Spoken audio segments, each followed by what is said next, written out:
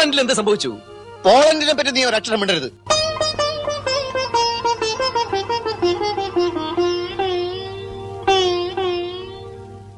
Hello, my name is Harsha. Welcome to Polandine Patti, a podcast about Malayalam cinema in which we explore a number of themes through Malayalam films, old and new.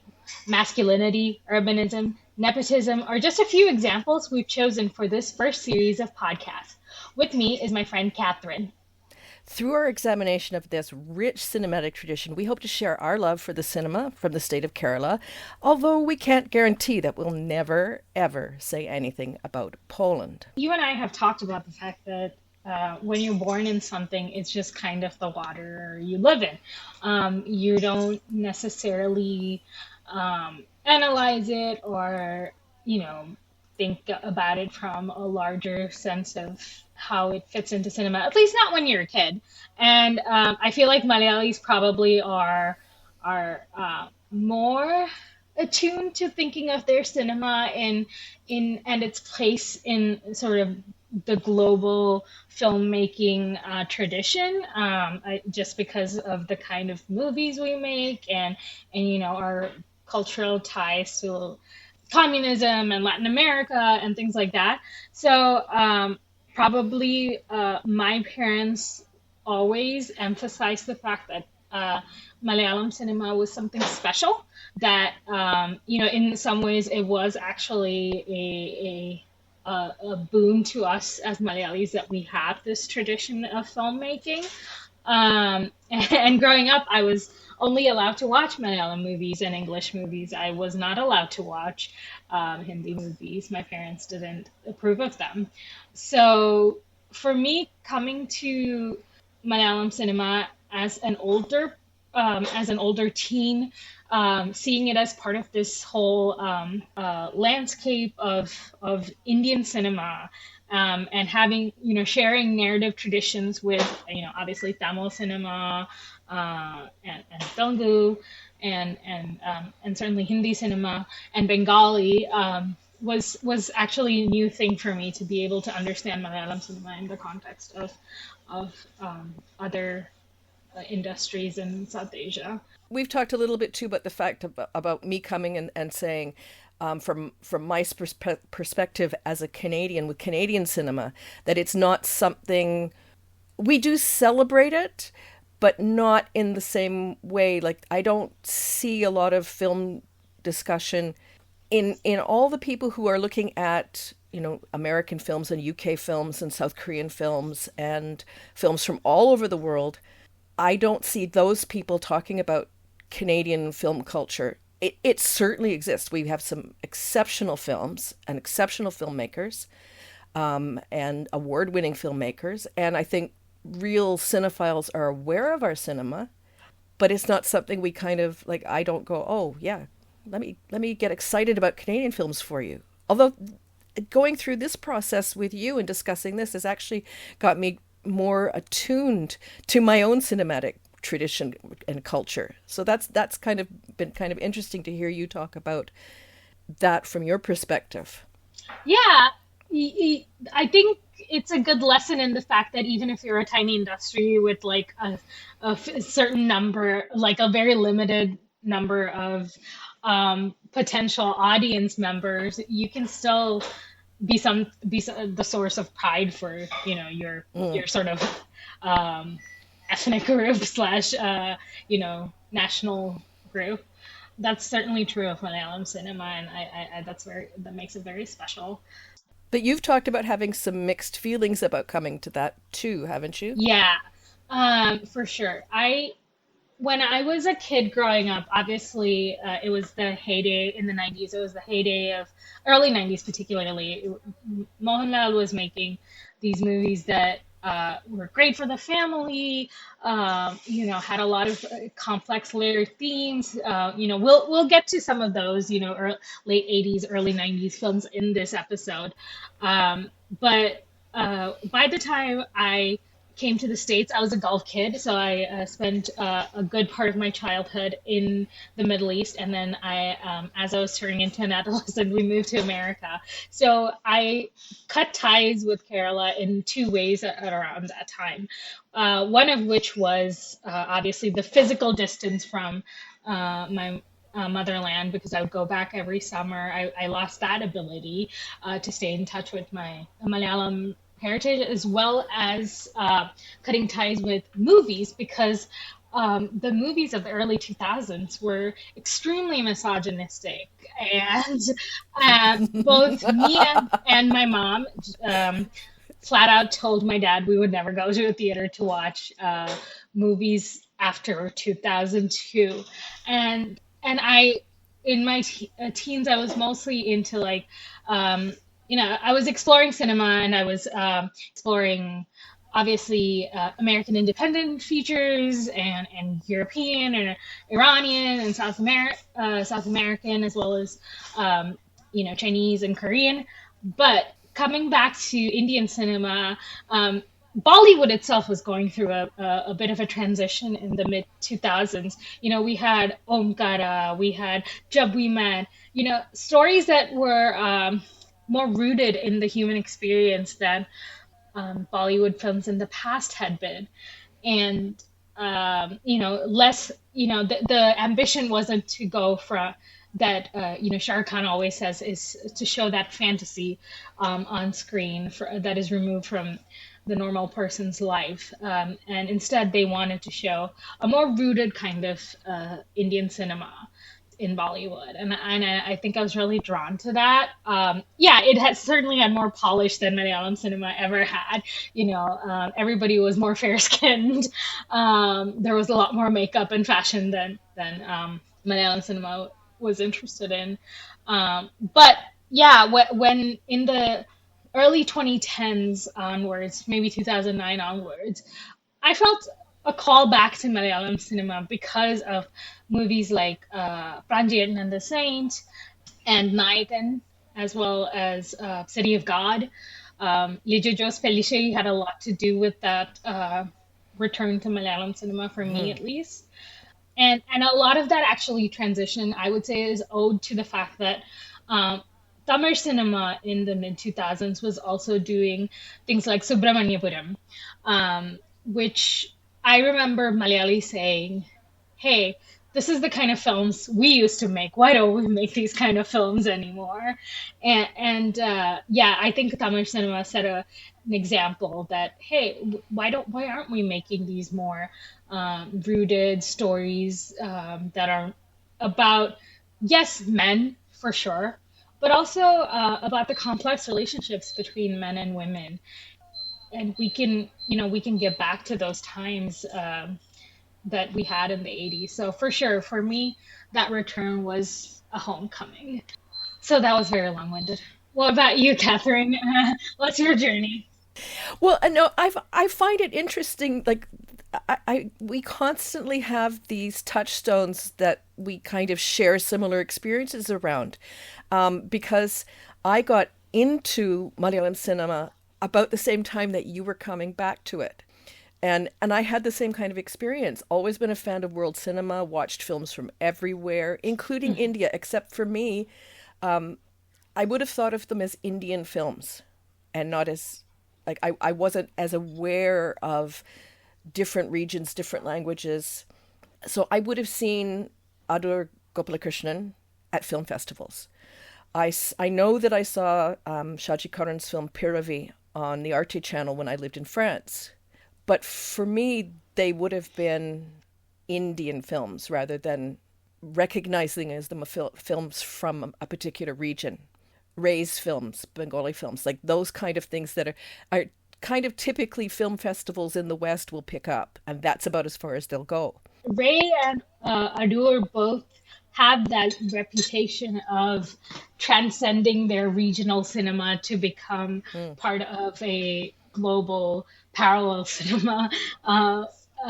culture. And to be honest, I don't even know if I can say I've seen an Adur film, because those are not the films I've normally been drawn to. So yeah, it makes sense to me that you saw those films as, Indian cinema's contribution to the Yep. parallel cinema industry in the world.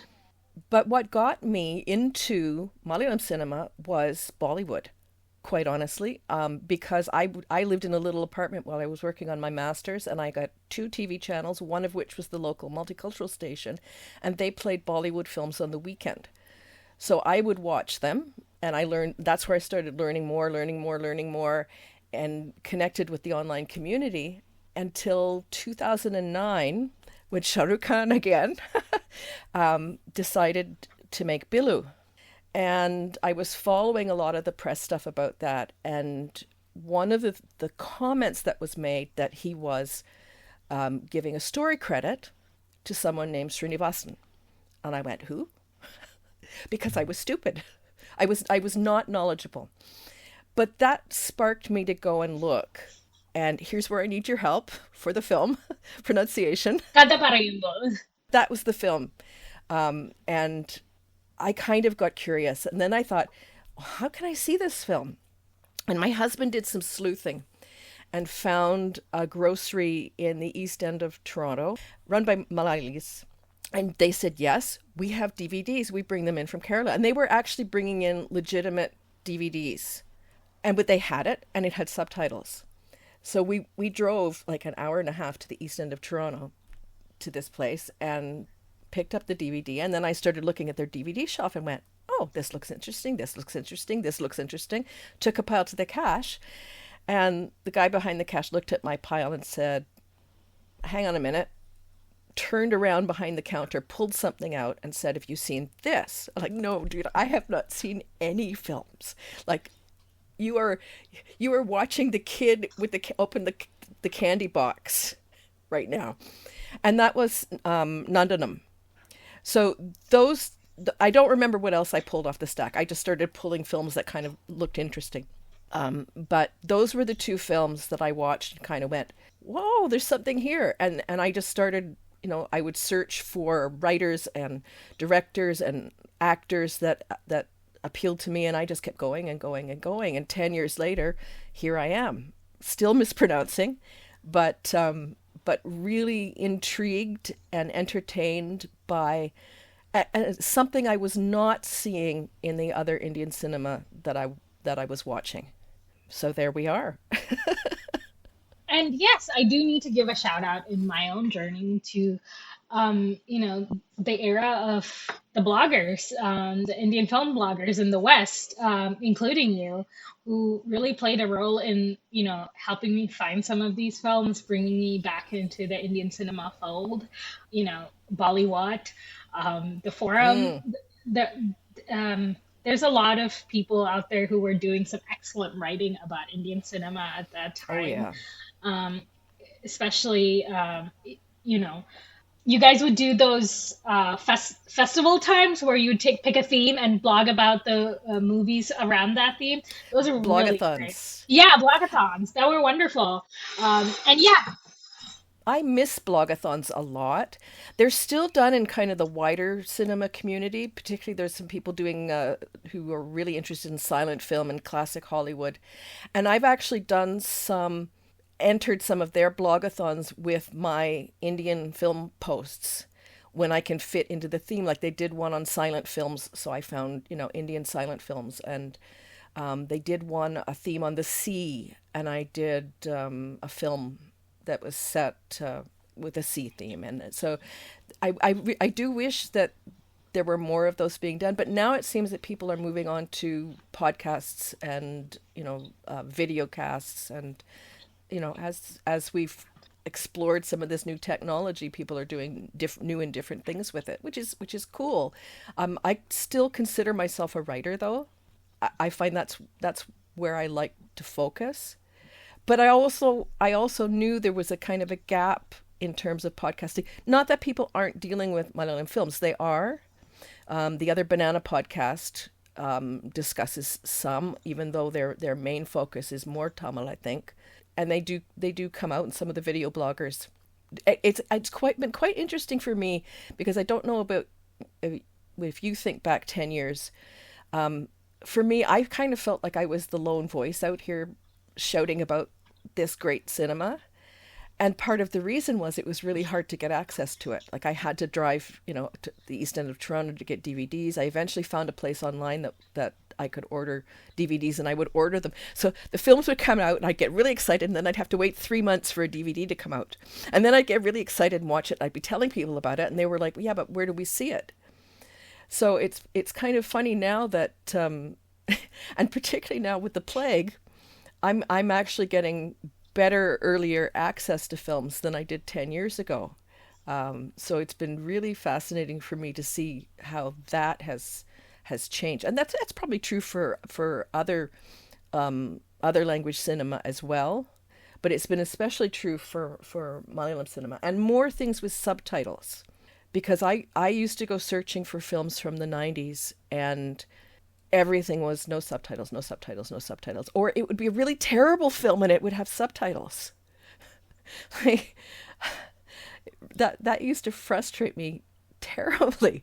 But that's gotten a lot better with some of the streaming services that have recognized that they can reach a wider audience if they put, at the very least, English subtitles on it.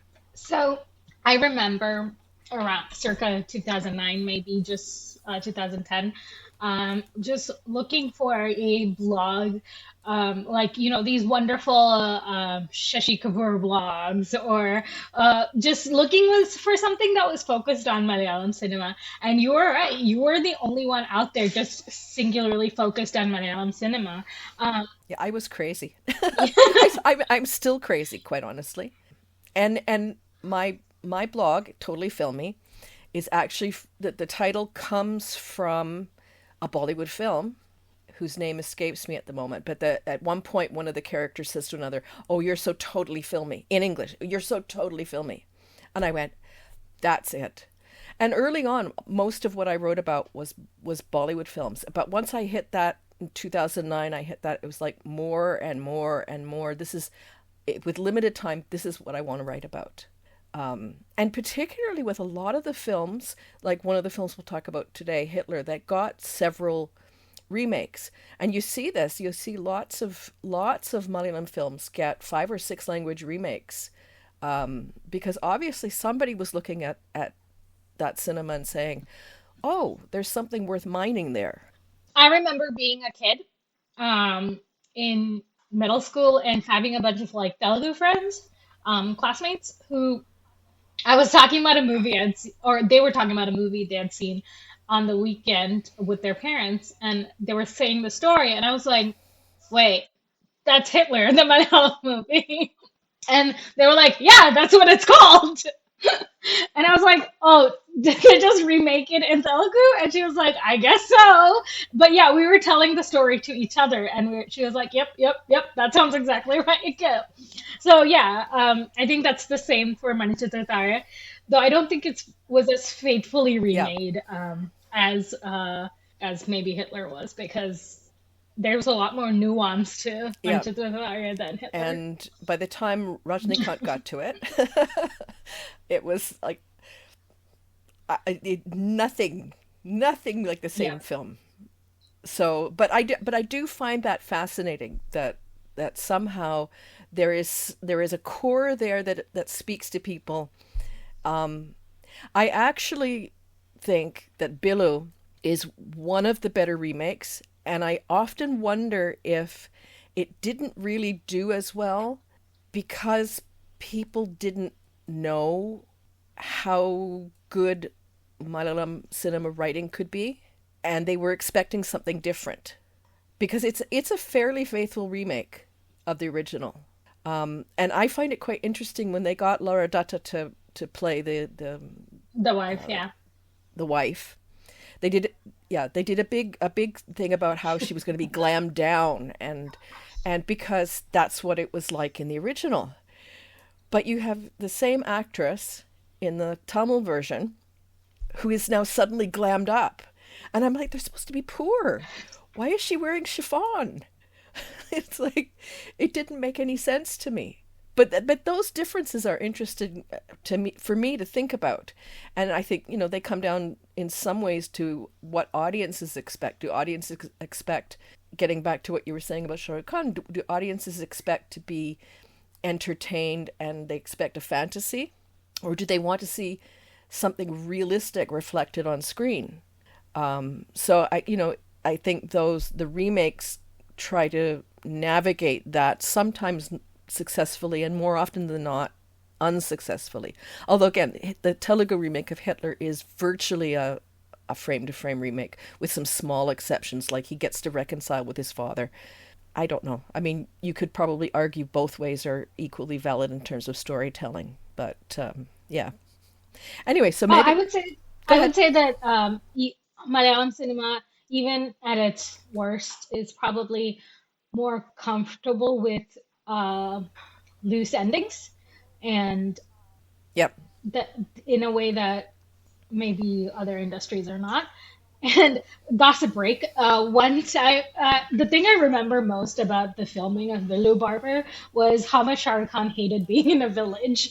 He just absolutely hated it. He said, "It's dirty and mucky here, and I have to walk around and get dirt on my shoes." And I was like, "This is what every person who lives in Bombay thinks about every village." So that made a lot of sense. He's such a city kid between Delhi and Bombay. He's never lived in the village. Yeah.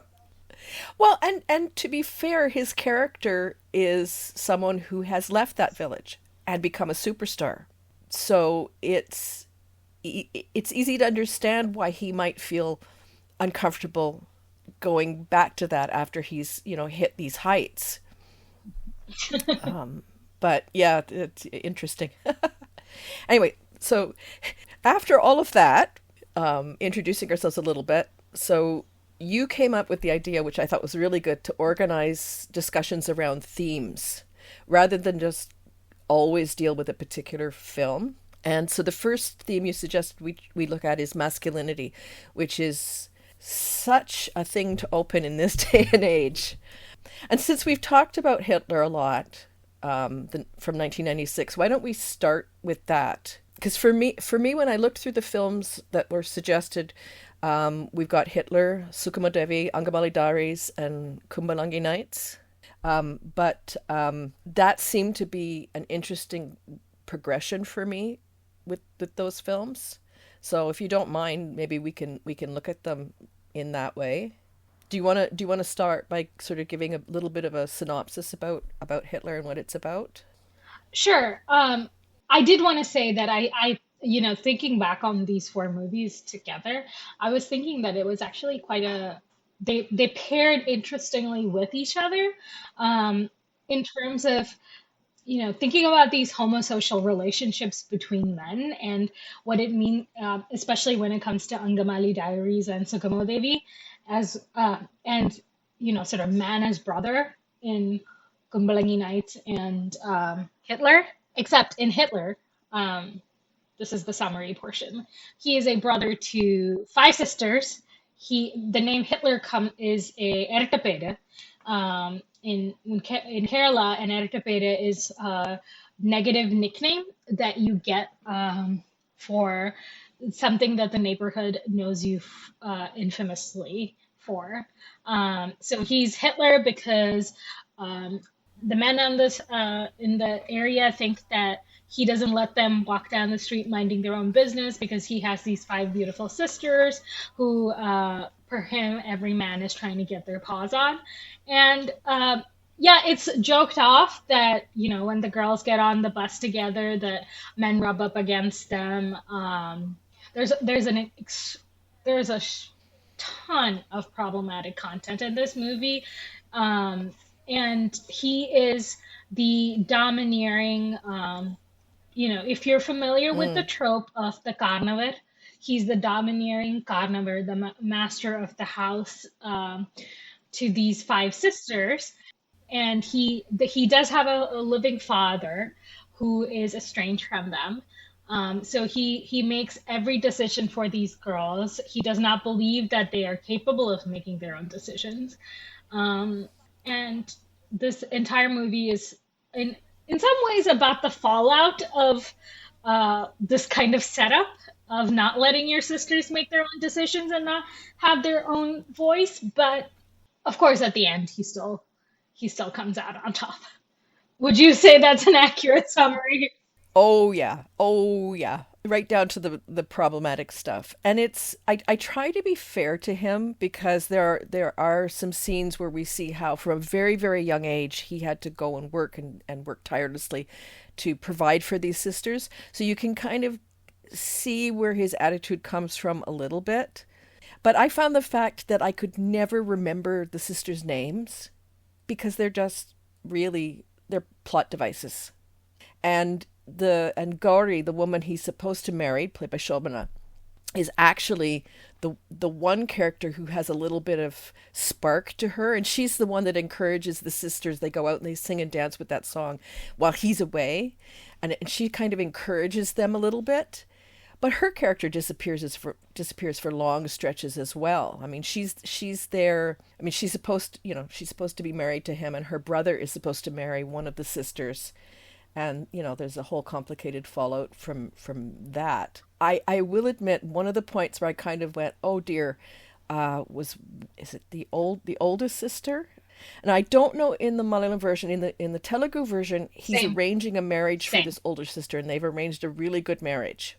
But because I was watching without subtitles, I wasn't sure about that at one point. But she ends up being raped by a professor who's sitting at home drunk, and she ends up in his house. And I guess to his credit, when he sobers up and realizes what he's done, he goes to talk to Mammootty's character, Madhavan, to tell him what he's done. That I found interesting in that situation. But then it ends up with she marries him, and I went, oh God, the whole marry your rapist thing to redeem yourself. And it's just, oh dear. This is one of those movies that traumatized me as a child. It might have, jump started my being the feminist I am. I don't remember. It came out when I was 6 or 7, and 96. So when I was 6, and the idea of marrying your rapist was so appalling to me, even at that age, that I just couldn't. Every time I like this movie stuck with me for many, many years, as an example of how low movies can really go, and pretend that lack of moral values is actually the most moral way to live your life. So, yes, the sisters were very, their lack of relationship to each other was the most interesting to me. They were always looking to their brother for comfort rather than, to each other. And Sita is the oldest, who is raped by her teacher. And I will say, she doesn't even get to tell the story of her rape. It's conveyed to us from the point of the rapist. And when Madhavan decides to arrange the marriage, the sisters are angry about it, but they don't know any of the situation. It's like, how could 5 sisters not talk about something like this? And just the fact that the girls are portrayed as sort of just kind of clueless in their own victimization, that they're just kind of giggle when men rub up against them and they don't know what's going on, is absolutely not, is ridiculous. And it shows you just how much this is from a man's point of view. When girls as young as 10 are told to carry safety pins with them in Kerala to, stab any men rubbing up against them. There's the fact that these women who are in their 20s now are just so clueless, and, their only problems come from an overprotective brother in interacting with the outside world, is absolutely ridiculous. And Ammu is probably the most, Ammu, the second sister, is probably the strongest female character in this whole setup. She's the one who is angriest at her oldest sisters being sort of sold off to this old man. Well, and that's what pushes her Yep. to leave and get married Yeah. without her brother's permission. And sort of she gets a little bit of the climax part. Yes, it's actually about her husband being injured, but she gets to sort of have the strongest voice among the women in the climax. And I mean, even though what she learns is the love of her brother and nothing else. There's a lot this movie has to say about cast, actually, from the Madhavan, Mammootty's character, and Mukesh's character Balan are cousins. Madhavan's mother is Balan's father's sister. So because of that, Balan's sister Gauri is Madhavan's Murapanna, the traditional bride, and Madhavan's second sister Ammu is Balan's Murapanna. They're also cousins from parents of different genders. So the plan was for the trade to happen, where they were supposed to get married at the same time, all the four siblings. The sort of kickoff of this movie action is the fact that Madhavan breaks the promise to marry Gauri and says that Ammu cannot marry Balan.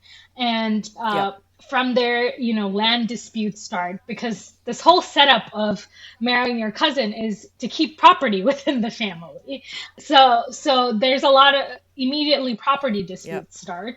And that kind of ends up in a lot of violence and sort of the sisters trying to slowly get away from their brother's control, and there's a lot of distrust within the family. So it also shows sort of the importance of not breaking those traditions, I guess, and the upheaval that could cause when these traditional marriage promises are broken. I really like Shobana's clothes in this movie. That's the only thing I can say good about this movie, is that Shobana always had on some really nice fits. And unfortunately for the other five sisters, where they're singing and dancing together, all you can see is her. Yeah, yes. I love her so much. And I just, part of me is, what a waste to not have more of her in this movie. And maybe it's a good thing for her there wasn't more of her in this movie. The physical comedy she had going on in that kidnapping scene was excellent. And it made me think of another movie that she was in called Aramane Veedam Anyurekaram with Jairam, where she is fighting for this property from her uncle who's like taken it over. I don't know if you've seen it. I haven't, no. And she like hires Jairam to pretend to be her like husband who got out of jail. And like threaten this man who's like taken over her house. The physical comedy in that is excellent, and the chemistry between Jairam and Shobana is wonderful. Highly recommend. It's high on physical comedy. It's a jaunt. So the other film we watched together was Sukhamo Devi from 1986, directed by Venu Nagavalli. What did you think of that, Catherine? Actually, let me do a little bit of the summary for this one, because we've got two friends, Nandan, played by Shankar, and Sunny, played by Mohanlal. And for me, both of them represented, and I think for the film too, because it becomes quite explicit at points, two kinds of ways of being as a man through two kinds of romantic relationships.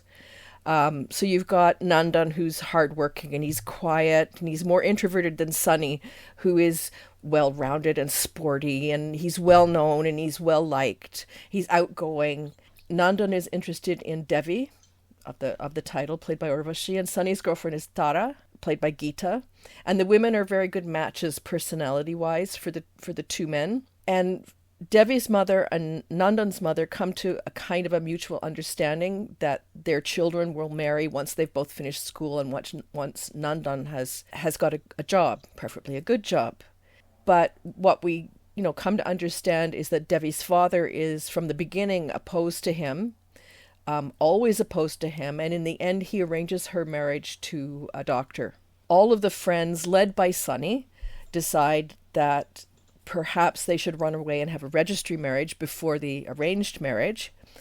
But before that can happen, Sunny dies in a motorcycle accident, throwing everything into sort of turmoil, and Devi goes on to marry the doctor. but we sort of are shown how everybody's lives are also very affected by the death of Sonny. Not only the two friends who don't get married, his girlfriend ends up living as if she's his widow. She's so devastated by his death. And Vinod, his friend Vinod, who is sort of the comedy uncle almost, who is chatty and outgoing and always, wanting to eat and looking for food. After the accident, he becomes mute. He's unable to talk. He's so devastated by what's happened. And in the very end, Nandan and Tara get married, which the film sort of describes as a practical solution for a love tragedy. So I don't know if that that leaves out a lot of the journey to get to the end, but that's sort of in a nutshell what the film is about. And when I looked at this, for me, Shankar's role was to be the sensitive one. He even calls himself that. He said, I'm sensitive. Yeah, and I think on Twitter I did a screen cap, and my response was like, "No, duh, dude," because that's what he's supposed to be. He often sits by himself and he's reading a book, and he often looks a little tortured when it comes to Devi, and Mohanlal is definitely the manly role, the guy who does everything well. But everything he does, like he plays music well, he's sporty, he's all around, he's popular, he's reckless, which ends up he's very reckless, but he justifies that by saying, like, I have to live my life.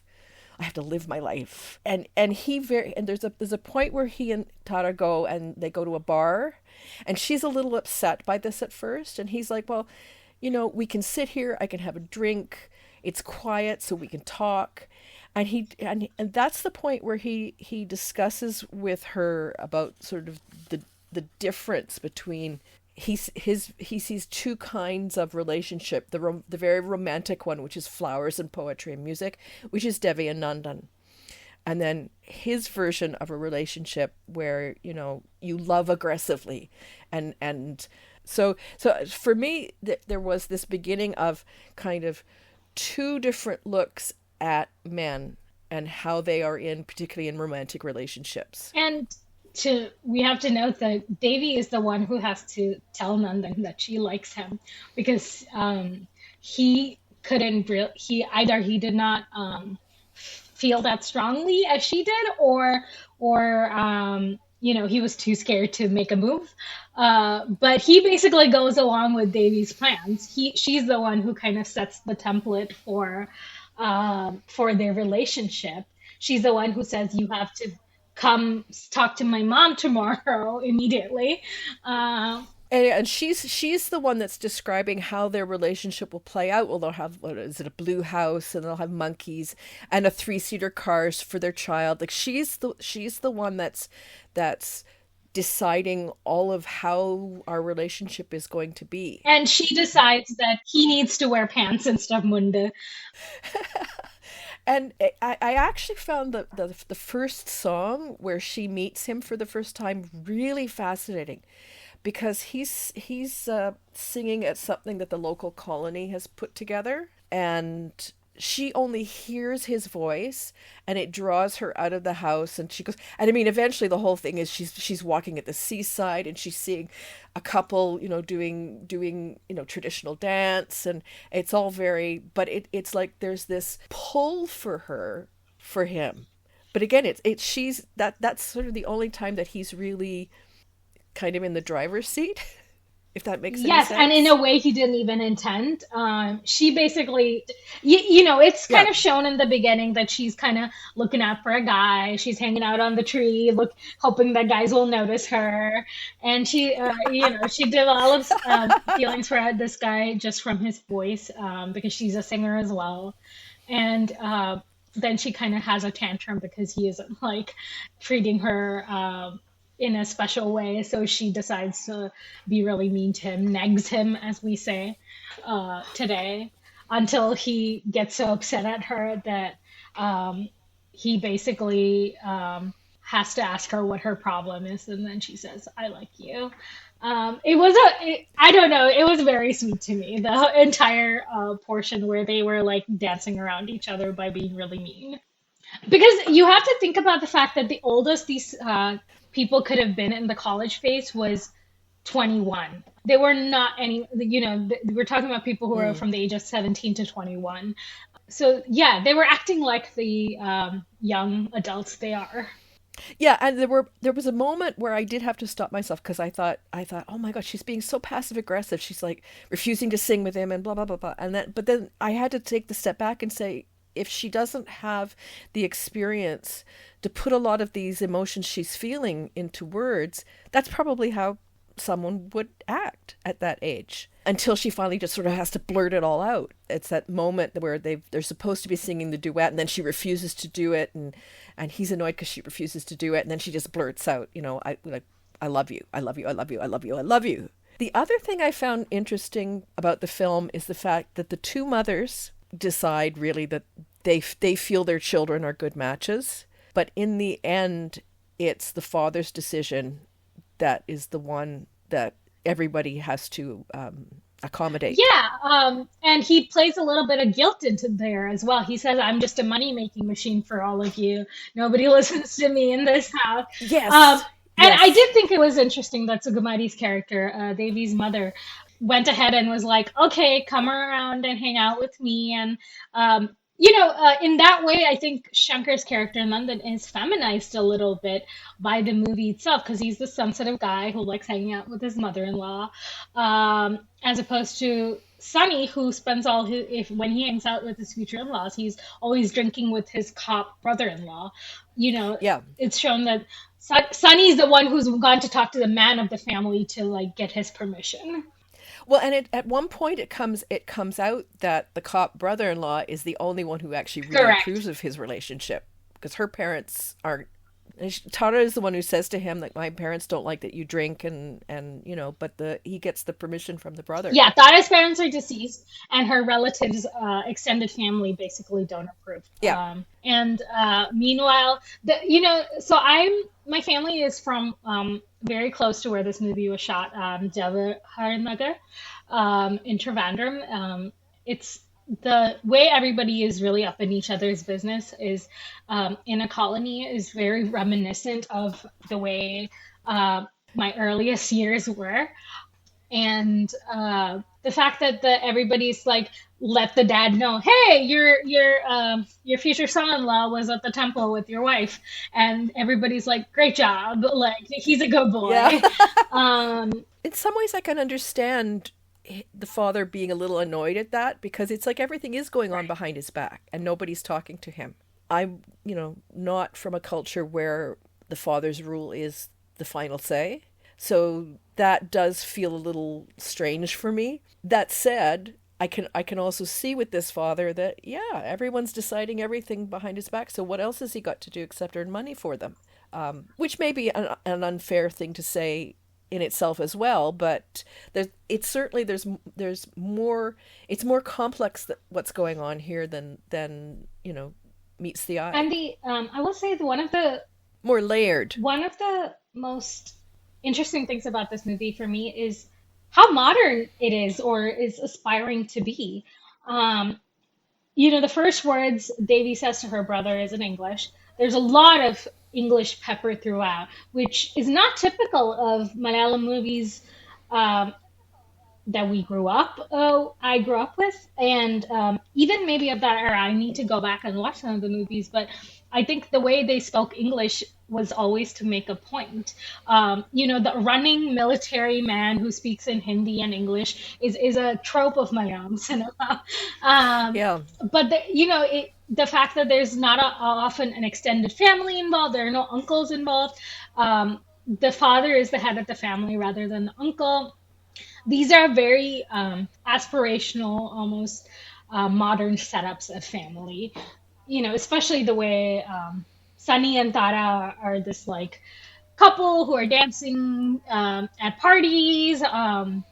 It's very much set in Trivandrum of a certain era in the 80s, and it's very the colony life. Where in the colony there might be extended family members in different households, but your extended family is the neighborhood, and and your friends group rather than biological ties.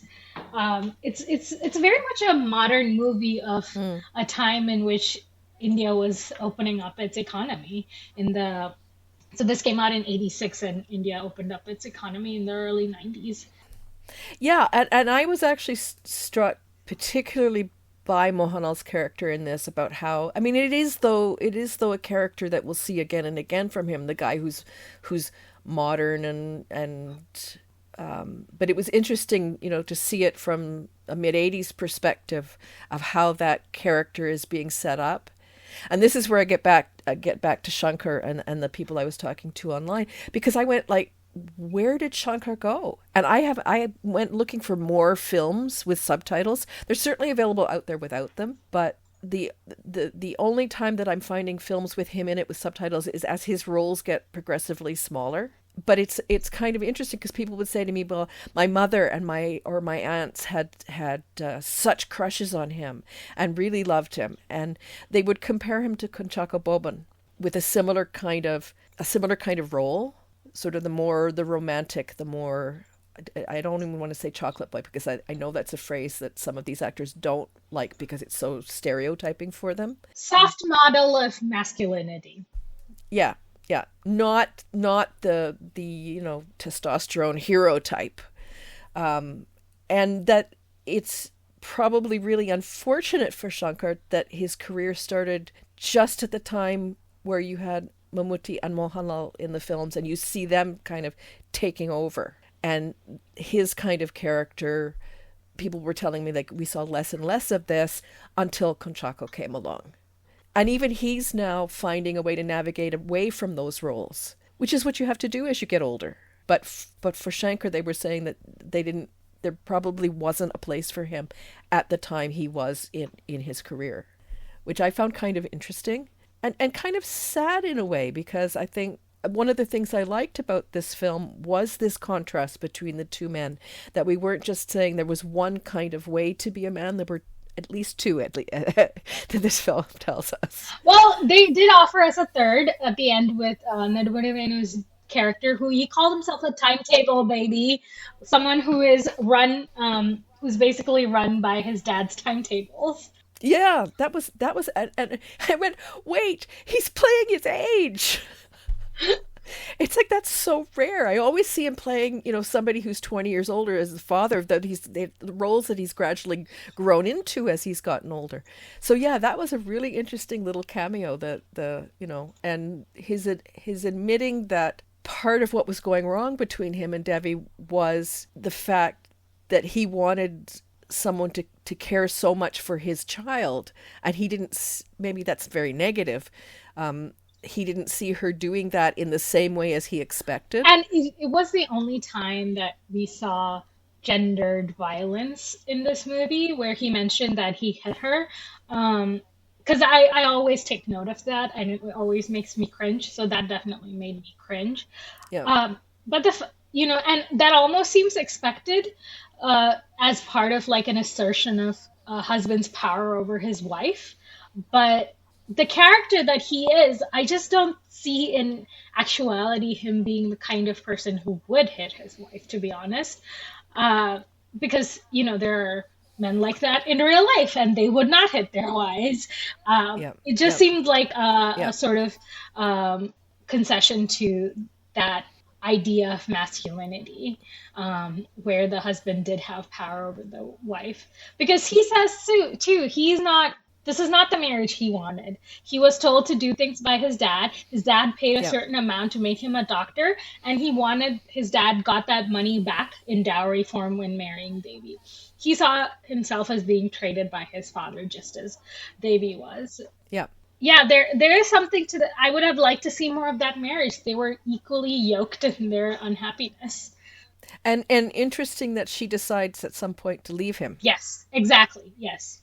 Even though she goes back to him in the end, she does assert herself enough to say, nope, not doing this. And that was specifically after the violence. Yeah. And it would have been nice to see more of how she made the decision to go back rather than just, I should go back because this is the father of my child, or my child needs a father, or, but by that point we've got, half hour towards the end and Sonny has died, and then suddenly we've got his influence to tie up all the ends in the last half hour. The editing into the last half hours was just like they just like ran out of space and needed to like cut things. There was no transitions. Everything was just cut together one after the other. There was something really heartbreaking to me about the way Urvashi said, "Congratulations, Tara," when they said that they were getting married. It was just so profoundly sad and mournful, that she was finally giving up the fantasies of her young womanhood. I love this movie. I think it's clear from how the fact that I recommended it to you. I always No, and I was really glad you did. It's one of my favorites. I actually have a lot of tender feelings towards it. And I can see why. And for me, it really stood out from everything else I've seen from kind of that period, and from everything else we watched to talk about today too. Like particularly Shankar's character, I kind of went, oh, like I'd seen so many Mohanlal, so many Mammootty, so many like traditional hero roles, and here's something a little bit different, And here is at least offering us, 2 or possibly 3 ways to look at how men are in this film. And the women are not there like Hitler, as I said, they felt more like props. And here they felt like, particularly Devi is, much more complex than I would have expected. And I found her mother also extremely fascinating as a woman who wanted, when she said, "I want nothing more than my daughter to be married to somebody who understands her and loves her," and it almost made me cry, because those are such realistic things for a mother to feel about. Setting up their daughter's marriage in a culture of arranged marriage, just somebody who understands her, just somebody, she's a moody girl who has her ways, and I just want somebody to understand she's a good girl who has these moods and is a sweet, and it's because she loves you that she feels all these things. It was such a beautiful drawn.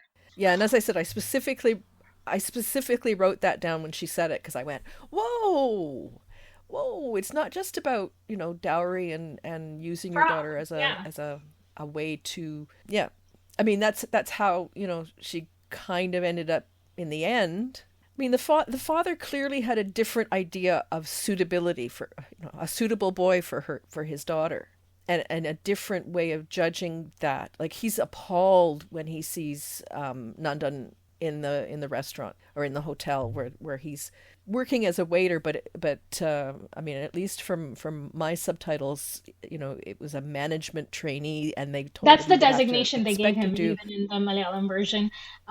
They called him a management trainee, and clearly told him that he would have to learn from the ground up. But it's kind of interesting that even though it's on some level a decent opportunity for someone, the father doesn't see it as that. He can't look beyond, he's here taking our order. That's terrible. That's not for my daughter. So then, then it makes some sense why he agrees to arrange a marriage with a doctor, which, is a much more respectable profession.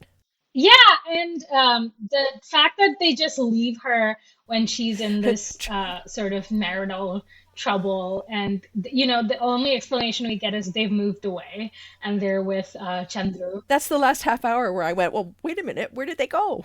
It's like, no space for the parents. Edit them out at this point. I think Nandan is the kind of tortured masculinity that we are exploring in places like Kumbalangi Nights. It's he has so many feelings, and he just doesn't know how to get them out. We kind of see that's the germ of it, and we see it a little bit more in fruition in Kumbalangi Nights with what is the dancer, the silent dancer? Bonnie. Yeah.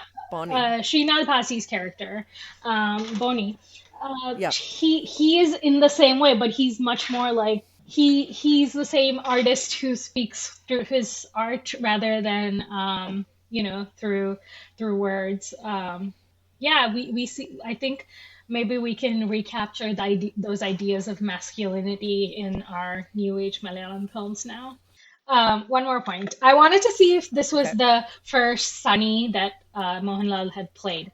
And in fact, the first Sunny he had played was in 1983 in the movie Visa.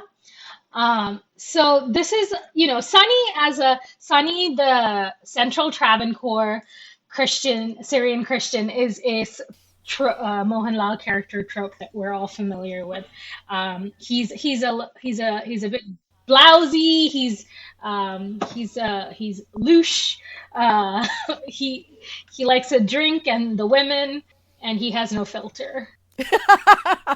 Yeah, and it was funny that you mentioned that because I was sitting here thinking, how many times has he played a character called Sonny? But the fact too that it has a purpose is also interesting.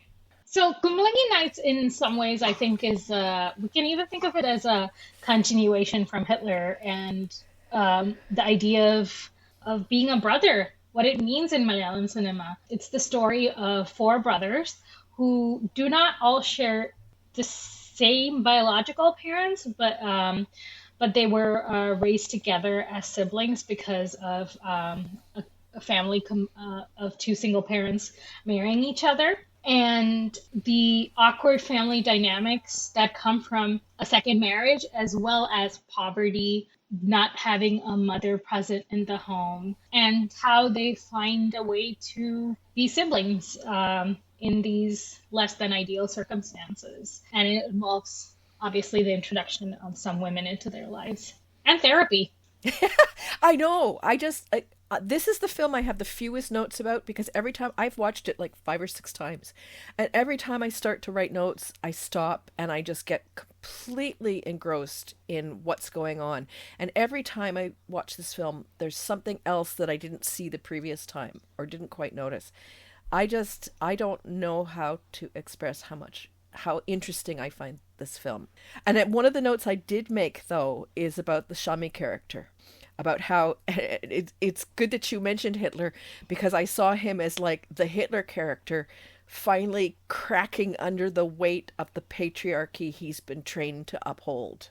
I just find it really interesting to see those, and immediately I went, these are like the same guy, except one of them we're supposed to see as positive and one of them we're not supposed to see as positive, except they're two sides of the same coin. So that's like some really interesting, complicated stuff going on there with that character. He's really the patriarch brought down. He's a barber. He's not a landowner.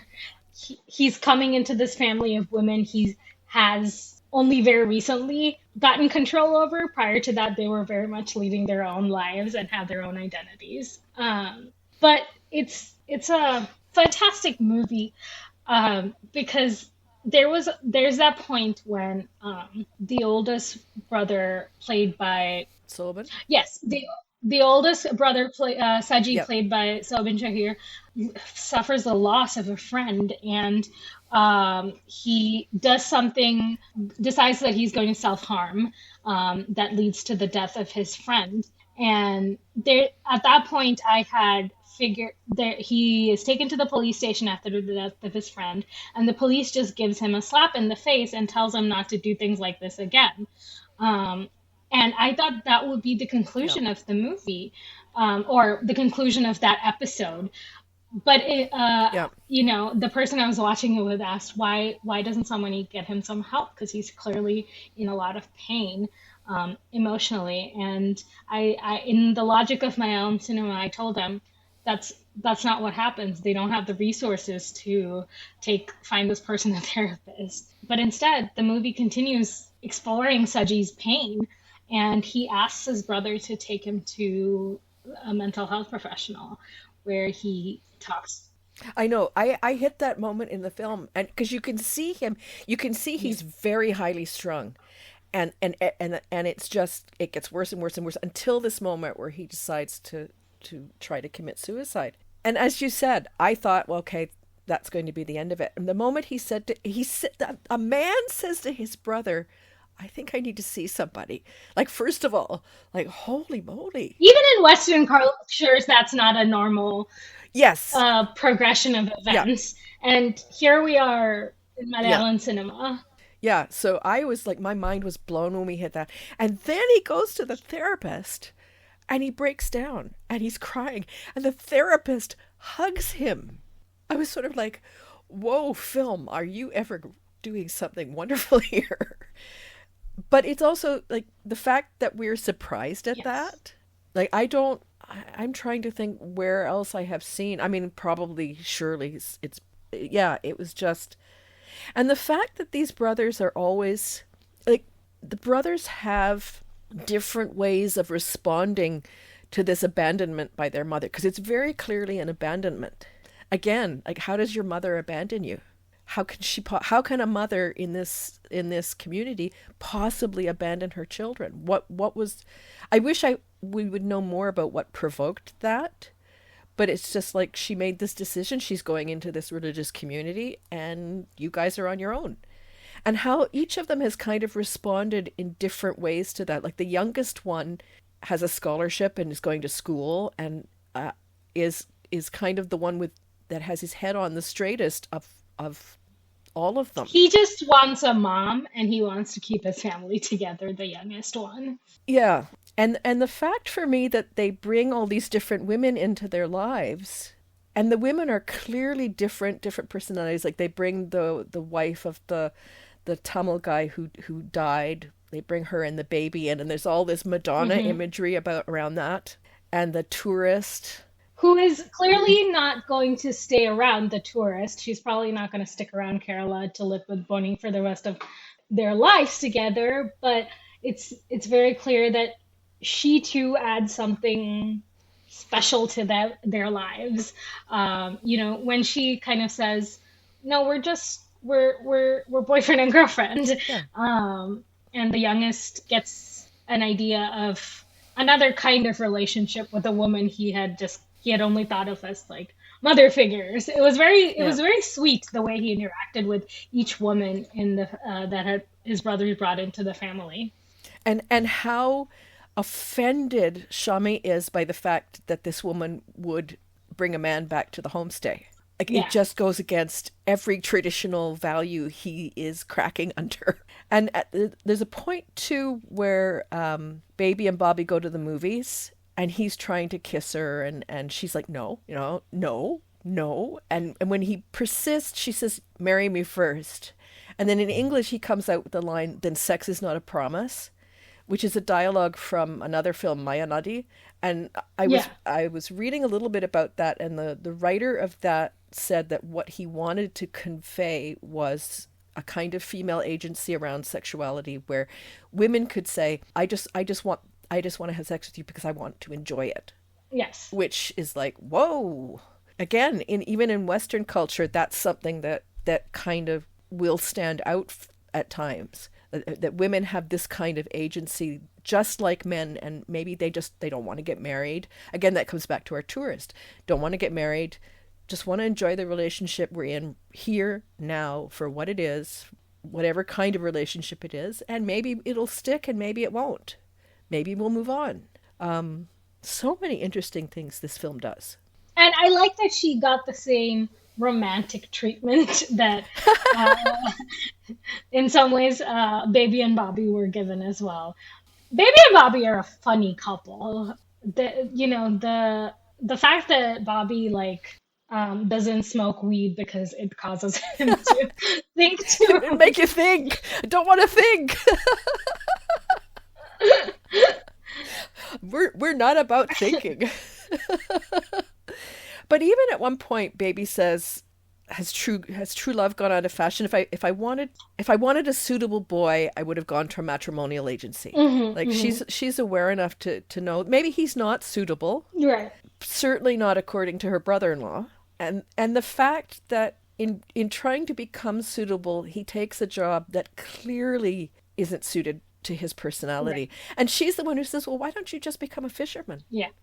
As if it's something that hadn't occurred to him before. Like, I could do something I want to do rather than something that's required of me. And in that dynamic of Baby and Bobby, where sort of Baby's taking the lead and sort of setting him on a course, we do see the echoes of Nandan and Devi, where Devi's the one taking the lead, she's the one with the crush.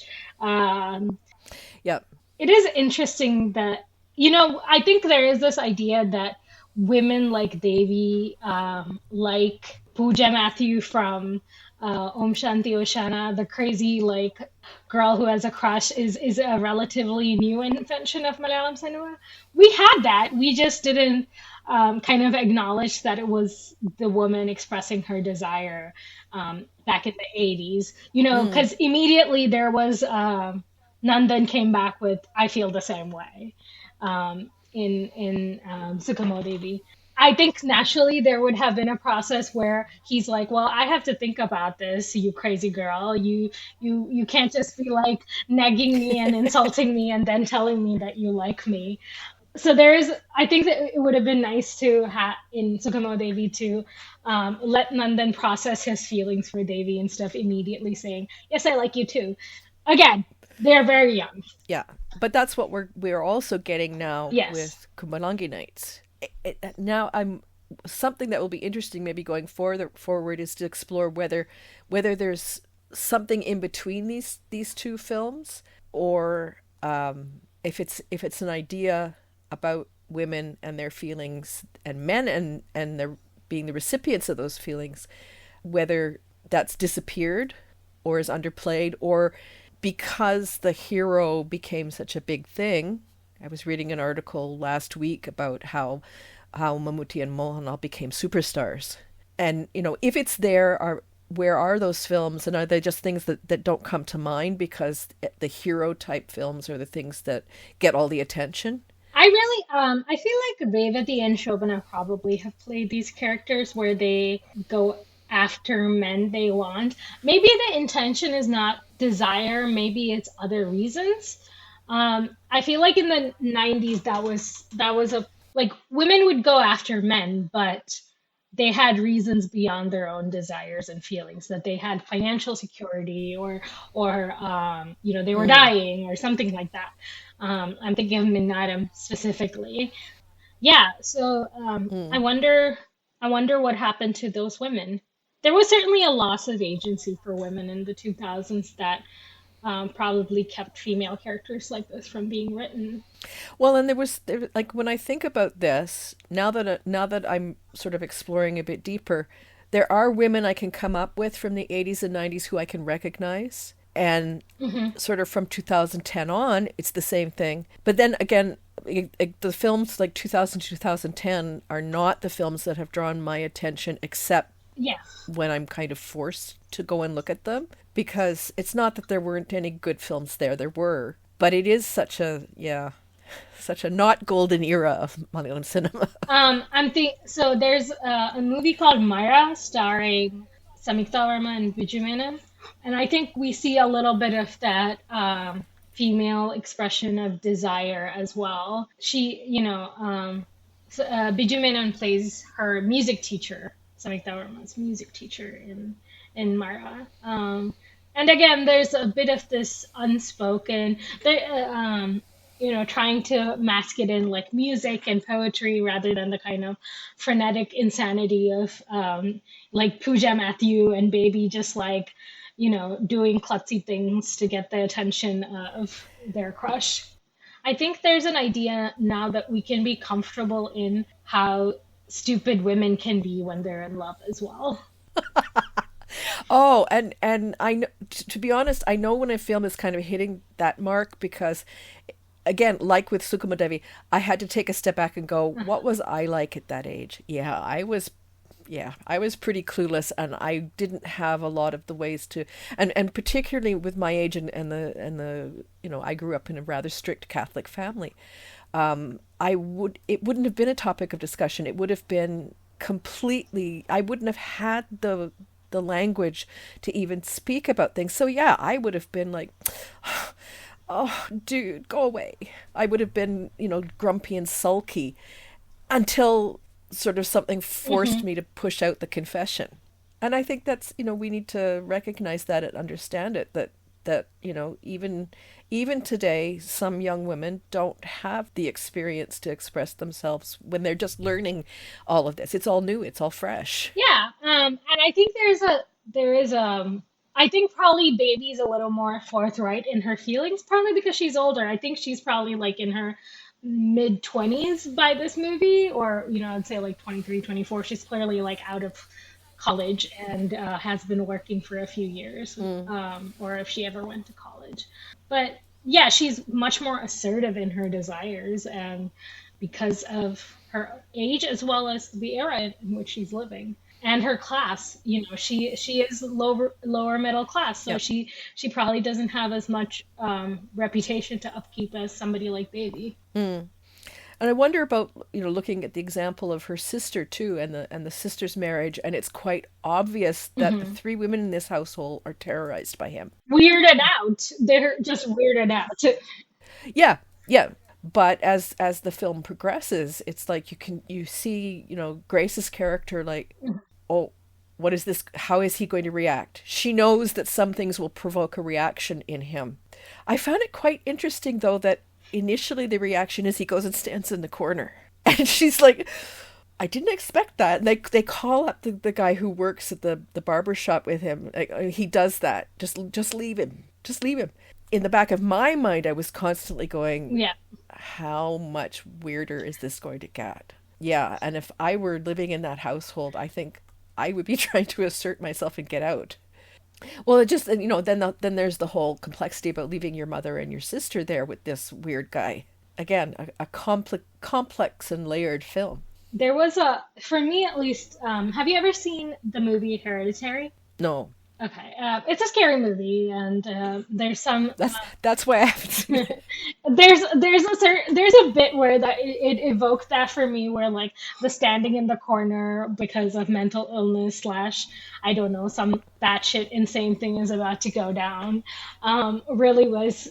It really harkened back to like a scary movie trope, Yeah. and I thought it was well played. We never like figure out what exactly is his mental illness for a movie that's quite sensitive about depression. We didn't actually ever figure out what was wrong with him that his family was aware of. I mean, it did examine a certain part of arranged marriage culture, which is the lying about Yeah. illnesses and hiding that families do just to get like their sons or daughters married off and basically away from them, so it's no longer their responsibility. Well, and it stands as a contrast to Sobin's character as well, at that he's perceived as part of this family that, oh, they live on that little plot of land and it's all garbage and yada yada, like very undesirable. And yet their reaction to it is a much more desirable reaction to his mental state than it is with Right. Shami's character. Yeah, like everybody accommodates Shami.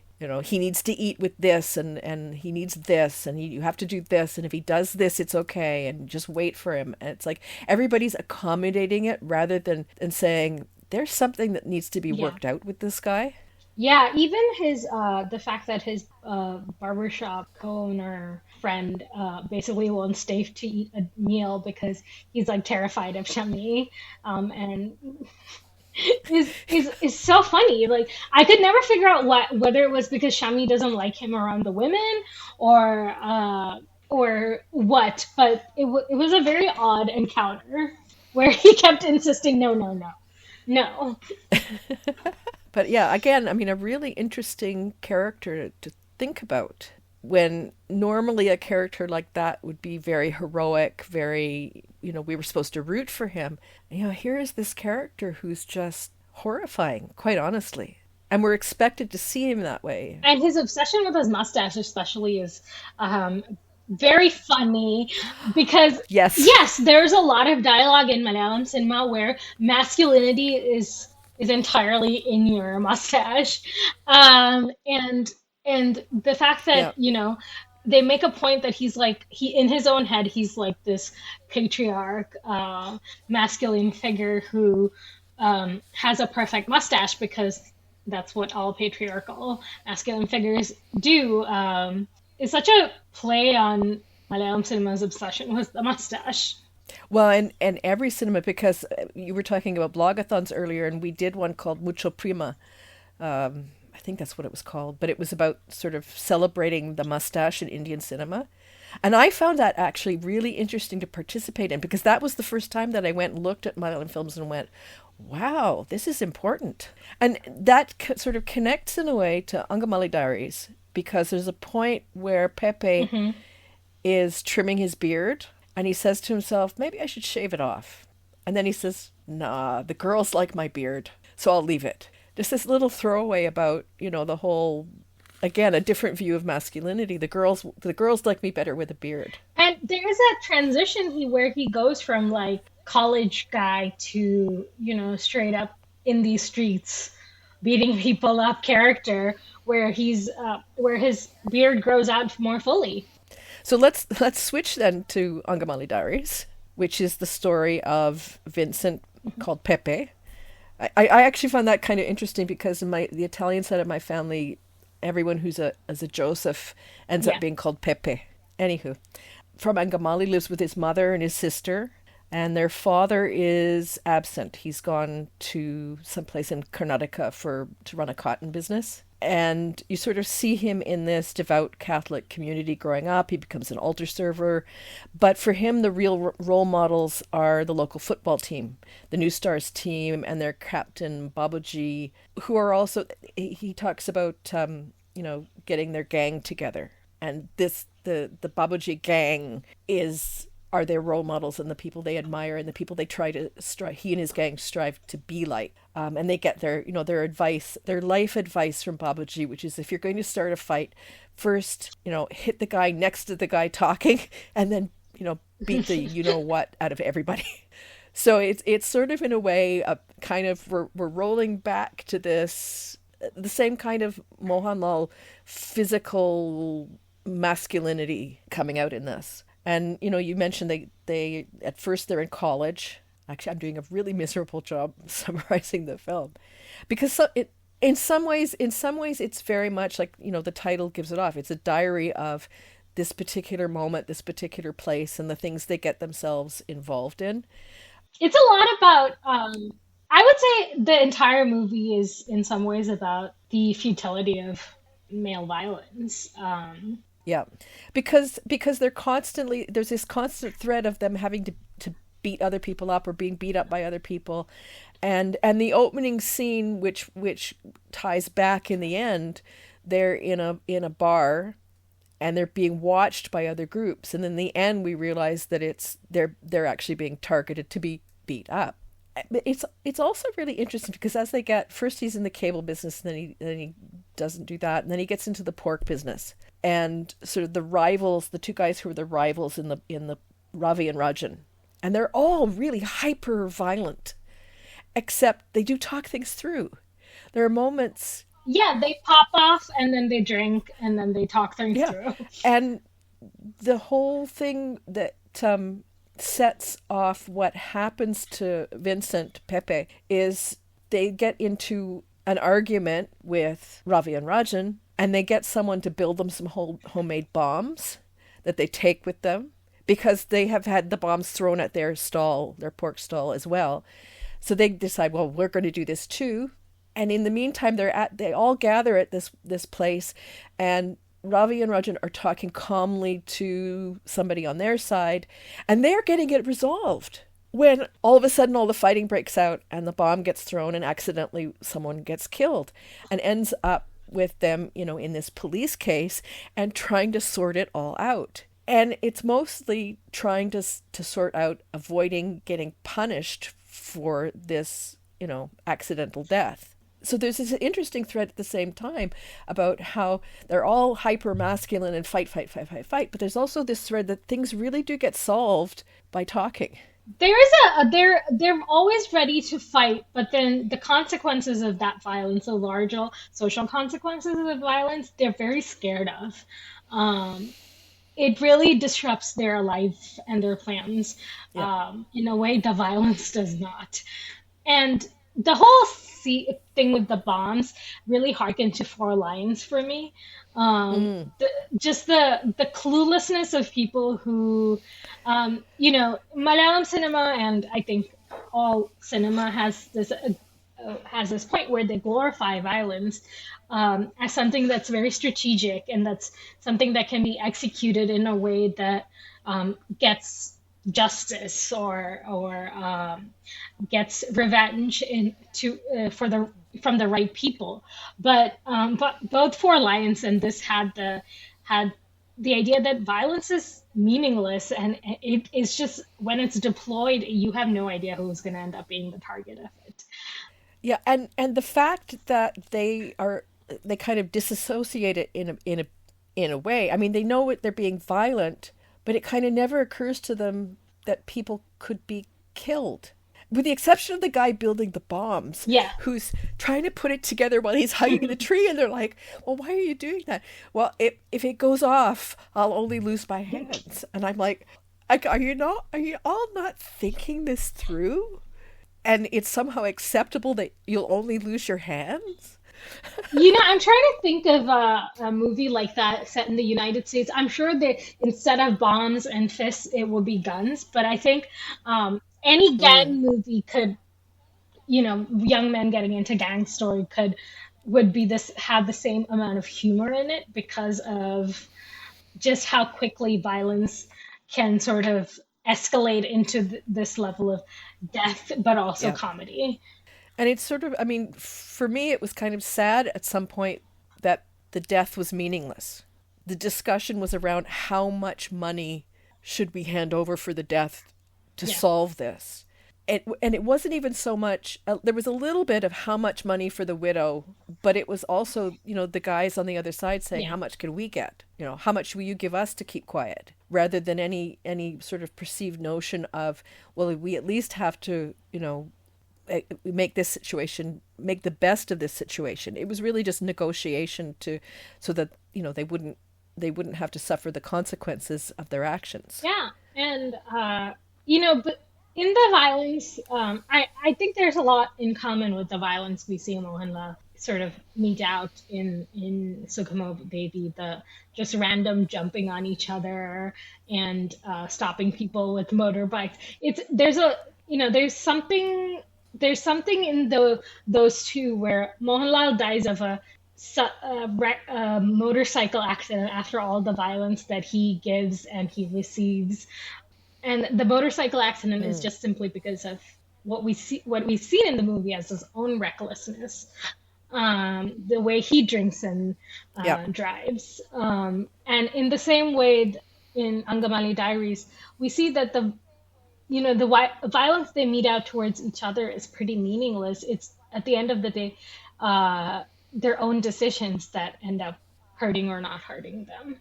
And in Angamali Diaries, we see that as the men are kind of going about these lives, having these big dreams, big ideas of the kind of life they're going to lead, how violence and money is going to accomplish these things. The women are just kind of chugging along, making money that supports the family. There's no big boom or bust cycle with the women. They're just kind of, working as nurses, selling whatever they grow in their land to bring in the steady income. And the Angamali Diaries, their women are in the background, sort of hidden, but when we see them, we see that they're the backbone of how these gangs are basically running the city with the steady income that they're bringing in. I mean, at the end of the day, it's Lichi who saves him, Which surprised me, to be quite honest. and his sister, whose dowry was given away to pay for his violence. But even for him, like the first relationship he's in with the girl whose family lives, she's a nursing student, and the family lives in Germany? Yeah. Germany. I kept getting the sense that he wasn't in the relationship because he cared about her one way or the other, Hmm. but she was a good person to be in a relationship with because it could get him out of, and but even to the point where, there's this constant little thread of being a pork butcher in Germany is like a really honorable profession. And yet he doesn't see it as that. He's like, well, wait a minute, you're going to make me work in a restaurant? Yeah, he has these big ideas of what his life is going to be, whether in Kerala or Germany, but he doesn't realize that the women are just like gonna keep chugging away at the regular jobs. They don't have any idea of like having a glamorous, glorious life that he does. Yeah. And if he's going to have any chance at a different life, it's going to be through these women who are chugging away and doing what they need to do. Like even, when he finally gets married, it's really to rescue him out of this situation, you know, That he's gotten himself. and get him a job and get him doing yeah, and getting him out of, this sort of cycle of meaningless violence. Absolutely. It's it's so powerful to me how the role Lichi plays in the movie. She's so interesting. She kind of has Mm, a kind of power over him that most love interests don't over their male love interests, because we see them as little boys where she yells at them to like get off the road, because she's the older sister of his friend. And like he's so fearful of her in a way that we don't see Sunny being fearful of Tara in that way, because in Malayalam cinema, in Kerala culture, women typically refer to their partners with the same honorific as as an elder brother, right? So instead, in this relationship that's sort of turned upside down, he refers to her as Chechi, the honorific for older sister. And I was kind of interested to mm. see what he called her after they got married. Did he keep calling her Lichi? I assume he did. Mostly he referred to her as she, her, things like that, not by her title, which would be more respectful. It was a very interesting Mm, dynamic, and I would really like to see more of them. mm. To be honest, it reminded me a little bit Hmm. of what they did in Premam. Simply the fact that he's at first interested in the sister, but then it's the other Hmm. sister that he ends up with in the end. I don't know if there's, if it's a similar dynamic or not, but just this idea that someone who's always there kind of in the background and who may not be your love interest because you're not even looking in that direction is the person you end That's up true. with in And the end. I think right now I'm seeing a lot more Malayalam movies where sort of it's mentioned that the female love interest is older than the guy, and there's a certain taboo in Mm, among Malayalis about the guy being younger than the woman.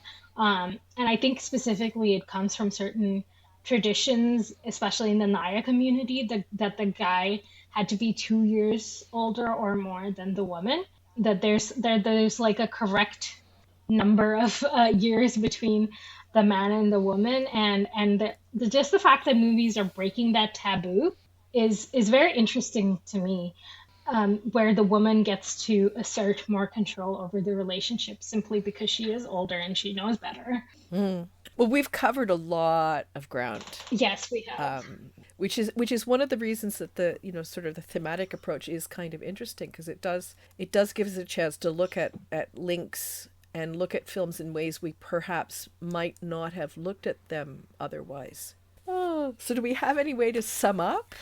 So this is my thesis that I sort of had floating around in my head, and I shared with you that there is something very central to a man being a brother in Malayalam cinema, that we see it in all of these movies in some way or the other, that they're kind of defined by their ability to be a sibling or a pseudo sibling, and that they function best in those roles, that they come into their own as men in those roles, and that a lot of the themes that we saw in the 80s and early 90s are coming back in new and more vibrant ways in this decade. And I'm really Mm, excited to see more of men who are lost and who find themselves, and women who can't express their feelings and act klutzy and silly because of this, and men being the objects of desire. That's always interesting. What are you excited about? I mean, to be honest, I'm most excited that we get a chance to talk to each other and to share this with others, and hopefully offer them some interesting ways to think about some of these films. I mean, certainly, doing the preparation for this, these are not films I might necessarily have put together on my own. So it was really interesting to find the similarities and the threads, as we've talked about them, and as watching them and making some notes and then talking about them. So I'm really hopeful that this is going to be something we get to continue for a while, and find our way to doing this. Yeah, this was rough, and I think we're getting a feel of like what how our thoughts flow. Thanks for listening to the Polandine Patti podcast. If you like what you're hearing, remember to come back for our next episode and share our podcast with your friends. If you'd like to connect with us, you can email us at polandinepatti@gmail.com or reach out to us on our Twitter feed @Polandine. See you next time.